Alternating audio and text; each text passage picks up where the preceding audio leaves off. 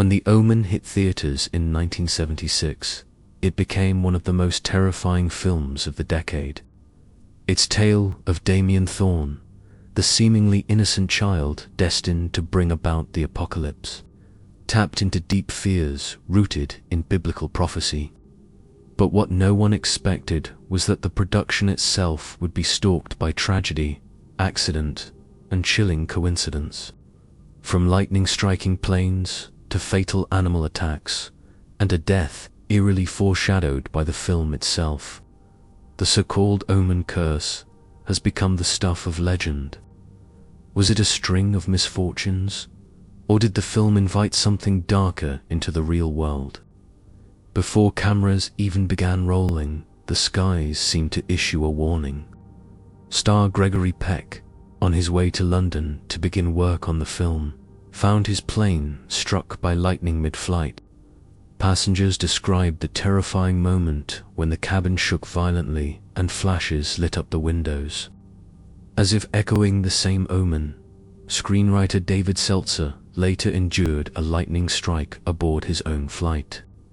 Both men survived, but the sense of dread began to ripple through the production team. Then came the cruelest twist. A plane originally chartered for the crew was switched at the last moment. The replacement aircraft crashed on takeoff, killing all on board. Survivors whispered, had they narrowly escaped death? Or had something deliberately shifted fate to spare them, for now? In myth and religion, lightning is often seen as a divine weapon, a punishment from the heavens. Could it be that forces opposed to the film's message, or perhaps sympathetic to it, were sending a warning from above? Animals played a central role in the story of Damien, and they seemed to react violently both on and off camera. At Windsor Safari Park, the baboon sequence became terrifyingly real. Actress Lee Remick sat inside a car with young actor Harvey Stevens, Damien, expecting the animals to act restless for the scene.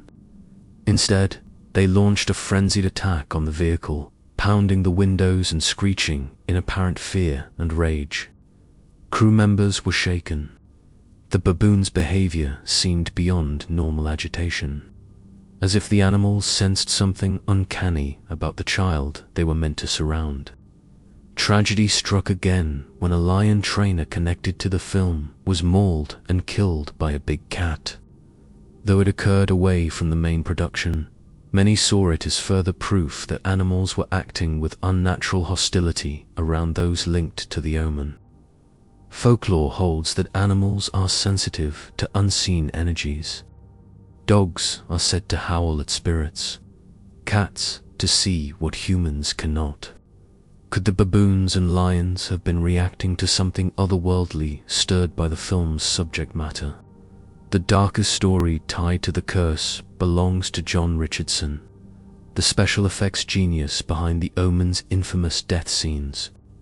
He was the man who created the unforgettable decapitation of a character by a runaway vehicle of glass and metal. In 1977, while working on another film in the Netherlands, Richardson's car collided head-on with another vehicle. He survived, but his passenger, assistant Liz Moore, was killed instantly, decapitated in a way chillingly similar to the scene Richardson had engineered on screen. The nightmare didn't end there.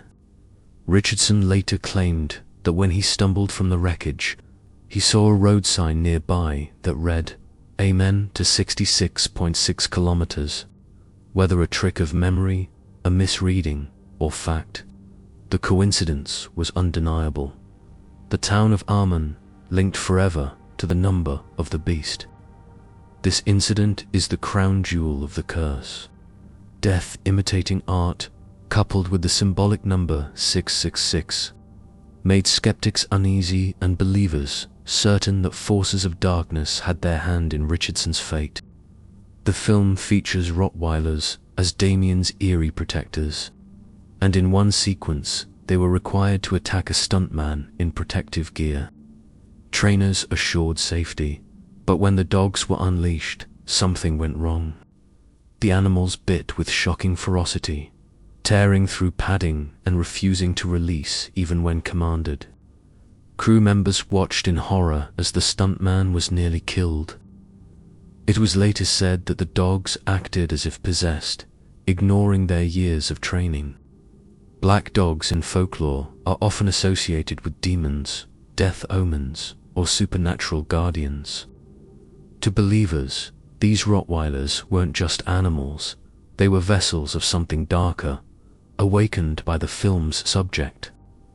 Producer Harvey Bernhard later admitted he always carried a cross during filming. He confessed he felt an evil force lingering on set, convinced that supernatural energies were at play. His small act of spiritual defense may have seemed paranoid at the time, but in hindsight, it mirrored the unease that rippled through the production. The Omen curse has become legendary, inspiring countless documentaries, articles, and debates. Skeptics argue the curse is nothing more than a chain of tragic coincidences. Lightning strikes that, while frightening, are statistically survivable, animals behaving like animals, and car accidents explained by chance and human error. Believers, however, see the pattern. Deaths mirroring fiction, ominous numbers appearing at crash sites, animals sensing evil, and near misses too precise to ignore. For them, the curse proves that the Omen tapped into forces best left undisturbed. Nearly 50 years later, the shadow of the Omen curse still clings to the film. It is remembered not only as a chilling tale of the Antichrist, but also as a production haunted by tragedy and coincidence that defy easy explanation. Perhaps it was simply fate. Or perhaps, as some whisper, the film dared to open a door that should have remained closed. Whatever the truth, one thing remains certain. When audiences watch The Omen today, they are not just witnessing a story of evil, they are peering into a film forever entwined with its own legend of darkness. Many thanks for treading this tale's dark path. If its chill has gripped you, like, subscribe, and comment below, lest the curse forgets your name.